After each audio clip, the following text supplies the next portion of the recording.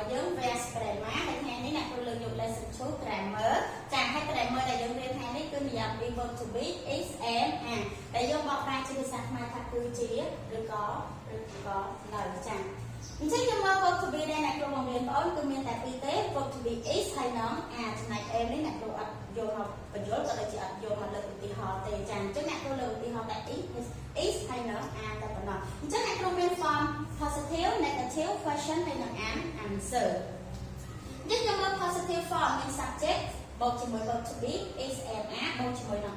object សម្រាប់ object នេះជាប្រភេទនាមឬមួយក៏ complement ផ្សេងៗដែលយើងដាក់វាដើម្បីបំពេញល្បះនោះឲ្យមានន័យគ្រប់គ្រាន់អញ្ចឹងយើងមើលឧទាហរណ៍ he is in the kitchen he is in the kitchen ដែលយើងបកប្រែថាគាត់នៅក្នុងផ្ទះបាយអញ្ចឹងកន្លែងនេះអ្នកគ្រូប្រើកិរិយាសព្ទ to be is ហេតុអីមិនប្រើ are ចាហេតុអីមិនប្រើ are ហេតុអីជ្រើសយក to be is មូលហេតុដោយសារតែយើងរបស់យើងប្រើជាមួយនឹងពាក្យថា he នេះគឺជាប្រភេទសព្វនាមប្រធានបរិបទទី3ឯកវចនៈ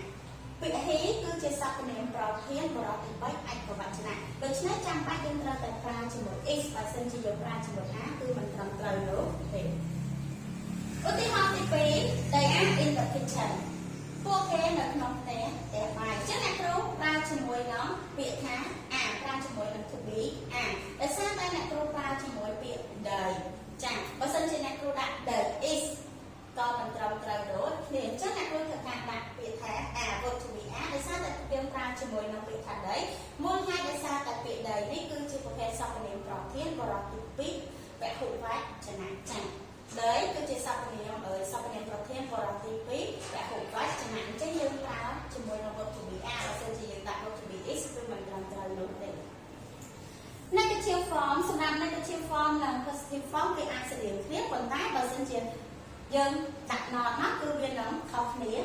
តែវិញចា៎ negative form គឺមាន subject បូកជាមួយ verb to be របស់យើង is am are ហ្នឹងបូកជាមួយនឹង not បូកជាមួយនឹង object អញ្ចឹងសម្រាប់ negative form បើសិនជាបងអូន click not អូនបានដាក់ not ទេវានឹងត្រឡប់ទៅជា positive form ឧទាហរណ៍ he is not in the kitchen គាត់មិននៅក្នុងផ្ទះបាយនោះទេទៅជាបដិសេធទី1ស្រាប់គាត់នៅក្នុងផ្ទះបាយពេលដែលយើងប្រើ not មកគឺបដិសេធភ្លាមគាត់មិននៅក្នុងផ្ទះបាយនោះទេទោះបីជាយើង add not កន្លែងជាប់ជាមួយនឹង verb to be is ក៏ដោយក៏ is នេះយើងនៅតែរក្សាដល់ដែលយើងមិនអាចថាយើងដាក់ not ទេអញ្ចឹងយើងប្រើកិរិយាសព្ទ copy បានអត់គឺមិនបាននោះទេចា៎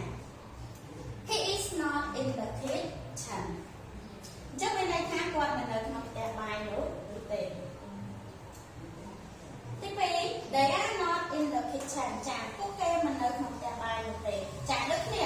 ទោះបីជាយើង add not មកក៏ are នេះយើងរក្សាដល់តែដោយសារតែយើងប្រើជាមួយតែជាប្រភេទសព្វនាមប្រធានពហុវចនៈបរិបទទី2ហើយពីនេះគឺជាសព្វនាមប្រធានឯកវចនៈបរិបទទី3 question គឺយើងលើក verb to be ហ្នឹងយកមកដាក់នៅខាងមុខប្រធានពេញខាងមុខល្បះវិញចាអញ្ចឹងយើងមើល verb to be មាន is am are củaយើងណាបូកជាមួយ subject បូកជាមួយនឹង object បូកជាមួយនឹង question mark បើសិនជា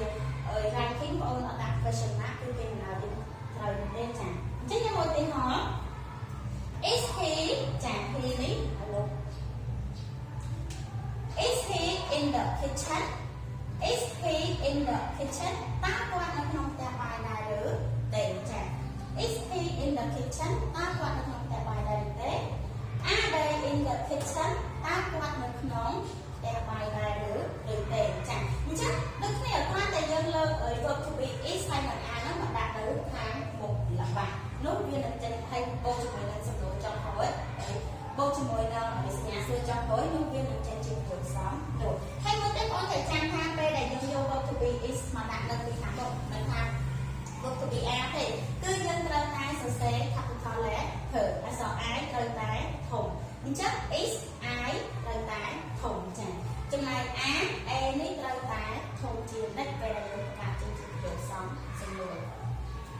answer ចា៎មាន yes subject បូកជាមួយនឹង verb to be is am are យើងណា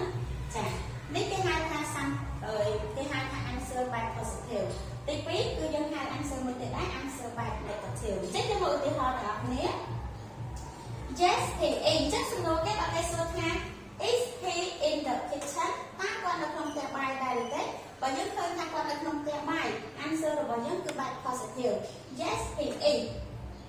ចាគាត់នៅក្នុងផ្ទះបាយបើជាប្រភេទមនុស្សស្រីឆ្លើយតែដល់មនុស្សប្រុសបាទចាអាហ្នឹងអូនក៏បានច្បាស់ហើយអញ្ចឹង yes he is បាទគាត់នៅក្នុងផ្ទះបាយឬក៏ចាគាត់នៅក្នុងផ្ទះបាយ yes they are អញ្ចឹងបើសំណួរគេសួរថា are they in the kitchen are they in the kitchen តើពួកគេនៅក្នុងផ្ទះបាយដែរឬទេអញ្ចឹងបើសិនជាយើងឃើញថាពួកគេនៅក្នុងផ្ទះបាយហើយយើងឆ្លើយថា yes they are yes they are ចាពួកគេនៅក្នុងផ្ទះបាយជា answer by positive ចំណែក answer by negative វិញគឺមានយើងមាន yes subject បូកជាមួយនឹង verb to be is and are បូកជាមួយ not អញ្ចឹងយើងមើល no he is not ឬក៏ no they are not អញ្ចឹងបើប្រយោគសំណួរគេសួរថា is he in the kitchen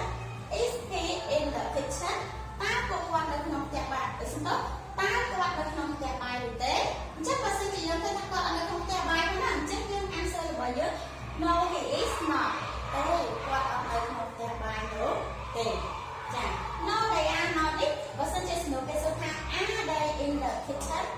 តើពួកគេនៅក្នុងផ្ទះបាយទេអញ្ចឹងបើយើងឃើញថាពួកគាត់អត់នៅក្នុងផ្ទះបាយដូចនេះគេឆ្លើយ no they are not ទេពួកគេមិននៅក្នុងផ្ទះបាយនោះតែនេះជា answer by negative ចានៅសំដៅកន្លែងនេះពេលខ្លះបងប្អូនខ្លះគាត់គិតថា he is ហើយអានេះគេសរសេរ he apostrophe s អត់ត្រឹមត្រូវខុសគ្នាអញ្ចឹងអត់ខុសទេណាគឺត្រឹមត្រូវ he is នេះគឺយើងហៅជាប្រភេទទម្រង់ពេកចំណែក his គឺយើងហៅថាជាទម្រង់ខ្លីចាអញ្ចឹង he is ស្មើនឹង his he apostrophe s ចា they are ស្មើនឹង they apostrophe r e they are they is not ចា is not ស្មើនឹង isn't is n apostrophe t isn't are not ស្មើនឹង aren't a r e n apostrophe t នេះគឺជាទម្រង់ខ្លីចាវិញហើយនឹងខ្លីយើងប្រើមួយណាក៏បានហើយចង់ដឹងថានៅពេលណាដែលយើងប្រើ is ហើយពេលណាដែលយើងប្រើ are គឺបងប្អូនអាចមើលនេះបានយើងអាចមើល a ខាងលើទេយើងមើលខាងក្រោម1 2នេះពុក to be are យើងប្រើជាមួយនឹង you we they ចាយើងប្រើជាមួយនឹងសព្វនាមប្រធានពហុវចនៈបែបបរិបទទី2ចំណែក to be is យើងប្រើជាមួយនឹងសព្វនាមប្រធានបរិបទទី3ឯកវចនៈមានដូចជាពាក្យ he she it ចាអរគុណច្រើនបងប្អូនអ្នកគ្រូមានមេរៀនប៉ុណ្ណឹងសូមប្រាក់ប្រទានពរជម្រាបលា